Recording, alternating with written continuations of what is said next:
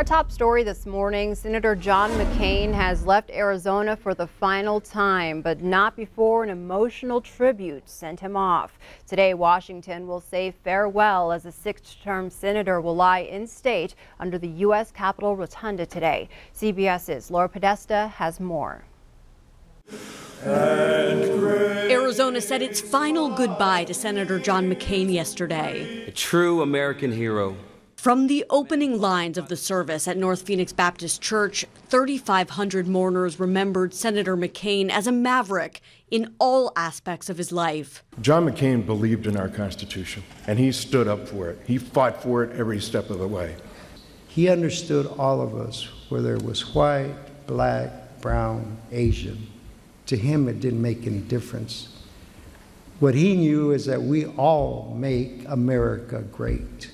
And there was plenty of laughter in between tearful tributes. My name's Joe Biden. I'm a Democrat. Former Vice President Joe Biden highlighted the impact McCain's legacy will have on the nation. John's story is the American story. That's not hyperbole. It sounds like it's the American story, grounded in respect and decency. The service ended with McCain's flag-draped casket being wheeled out to Frank Sinatra's My Way before being motorcaded to the airport and flown to Joint Base Andrews in Maryland. There, Secretary of Defense James Mattis greeted McCain's wife Cindy and his children. Today, McCain will lie in state under the U.S. Capitol Rotunda for a ceremony and public visitation. Laura Podesta, CBS News. And we welcome Senator Jon Tester onto the set now. Both yourself and Senator Steve Daines, you guys were in that crowd yesterday at the tribute. So, you know, something I observed while I was watching the live feed at home, funerals are usually stories about people and their legacy, but it seemed there were a lot of messages yesterday. Was there anyone that hit close to home for you, or anything that really rang out? I think everybody put across the same message, whether intentionally or not, and that was John McCain was a different politician in this day, a politician who made a point to work across party lines, a politician who made a point to put country ahead of everything else. And it was an amazing ceremony yesterday. It was an hour and a half long, and it was filled with laughter and tears. And Grant Wood, the first guy that was in that piece that spoke at the very beginning, just really set the tone for the funeral. He's the first chief of staff that Senator McCain had, and he got folks loosened up and told some incredibly powerful stories that some would make you laugh and some would make you cry, and that's the way it went. And everything was just really, really professional. The music was incredible. The speakers were very, very good, and the whole ceremony was a nice tribute to John McCain. And what was also interesting as we drove into Phoenix from the airport, then the signs, the billboards that you could change the message on them depending on what advertisement you want. A lot of them said, "Thank you for your service," or "Rest in peace, John McCain." And the whole state was obviously in mourning, and the whole country is. He'll lie in state in the U.S. Capitol today, and he'll have a funeral at the National Cathedral tomorrow, and I'm sure it'll be an impressive send-off for him then. He was a great man. He's a guy that I think everybody that did business with him fought with him and worked with him and got things done. He was that kind of person that could, one moment, he was kind of the old style politician that one moment would disagree with you, and he was a heck of a fighter, I'll tell you that, and the next minute he'd have your back and be working with you. So it's pretty cool. All right, well, Senator Tester, thank you so much for joining us this morning and sharing your experience. I'm so glad you were able to attend yesterday and share what all happened yesterday. So thank you so Victoria. much. All right.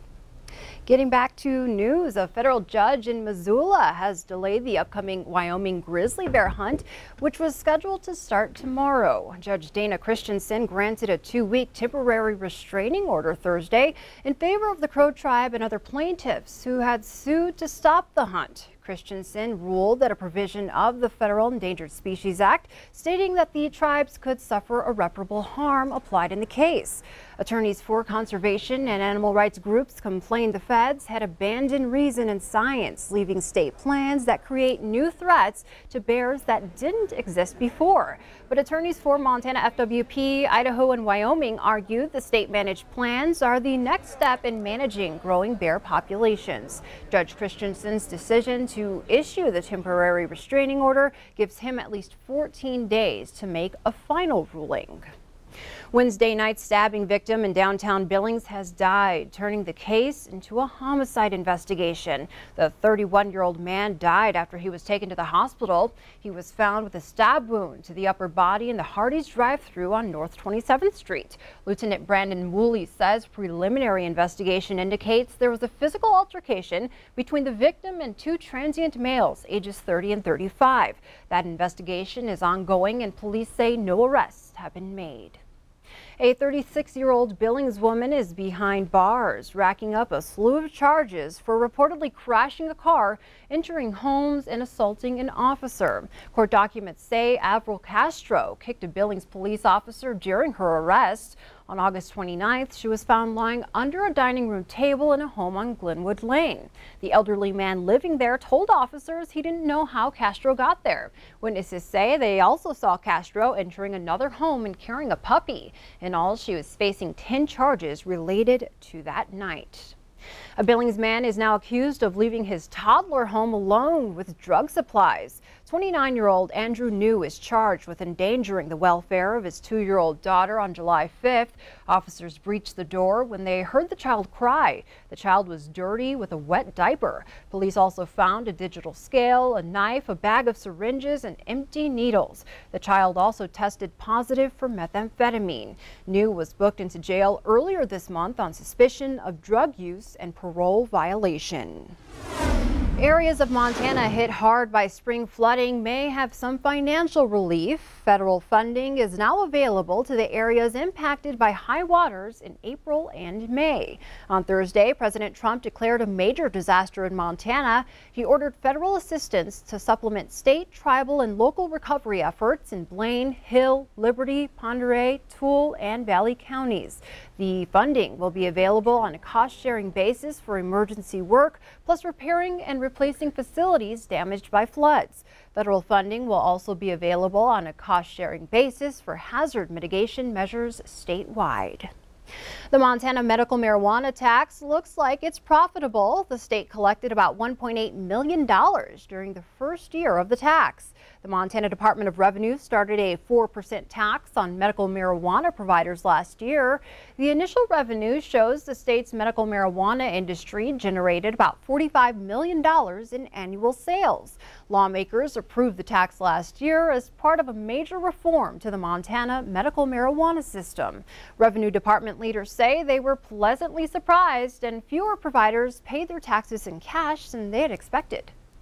We were anticipating being a new tax. We were concerned what, challenges you receive with the new tax, but we were really happy how well it went. The revenue from the provider tax will pay for more programs to regulate Montana's medical marijuana industry. As of July 1st, the tax is now reduced to 2%. In other news, the Labor Day holiday often ends up being the last hurrah of the summer, and sometimes that means going a little overboard on the adult beverages. AAA is once again offering its Tipsy tow service over the holiday to help people get home safely. Tipsy tow provides a free ride home and a vehicle tow up to 10 miles. And you don't have to be a AAA member. After 10 miles, drivers will be charged a standard towing rate. The service will begin at 6 p.m. Monday and will run through 6 a.m. on Tuesday. The Alberta Bear Theatre recently received its largest individual donation in history, just in time for renovations next spring. Philanthropists and supporters of the arts and theater, Jim and Chris Scott, donated $1 million. The theater's executive director says now the public part of the campaign will kick off with another $2.5 million needed to reach the $12 million goal. The project will update acoustics, lighting, the elevator, and the lobby. It'll be beautiful. It'll be very inviting, a place people want to come, You'll be able to see in. It's an important part of people's lives, and once you experience, you just want more. It's just such a great feeling. It's what a theater does to your community, and then what performing arts does to your soul. The plan is to close the theater and start construction on May 1st of 2019 and wrap up in September of 2020. Well, before we take a break, a 12-year-old girl from Livingston has a summer break story unlike any of her classmates. As MTN's Mallory Peebles shows us, the young adventurer spent nearly a month navigating more than 500 miles on the Yellowstone River. Faye O'Brien saved the best for last, navigating the Yankee Jim Rapids on the final day of her more than 556-mile journey down the Yellowstone River. So I was like really happy, and I was like, I can't wait to get this over with, but I'm so sad it's over. She says she got the idea to captain a float expedition down the Yellowstone after reading The Adventures of Tom Sawyer. But before hitting the water, she had to get her parents on board. Of course, her safety was #1 on our list, which is why we focus so heavily on the river training. O'Brien traveled over 100 miles just in training, including learning how to flip her own raft in actual rapids. It was preparation for the most dangerous of situations, although she says none were encountered. In fact, most of the trip was serene. Almost every single day I saw a bald eagle, we saw coyotes, one time we saw a rattlesnake. It was pretty cool, and we saw just nature everywhere. And while she was never alone, her mom and dad typically on a raft nearby, she was leading the charge. She says that experience has helped her grow as a young woman. Well, I kind of see it as like coming of age, like how to navigate my life, like I navigate the river. At age 12, this trip may be just the beginning for a life full of adventure. O'Brien just entered 7th grade, so she's not quite sure what she wants to pursue for a career, but she does think that this latest adventure will end up on her college applications. Reporting from Livingston, I'm Mallory Peebles with MTN News.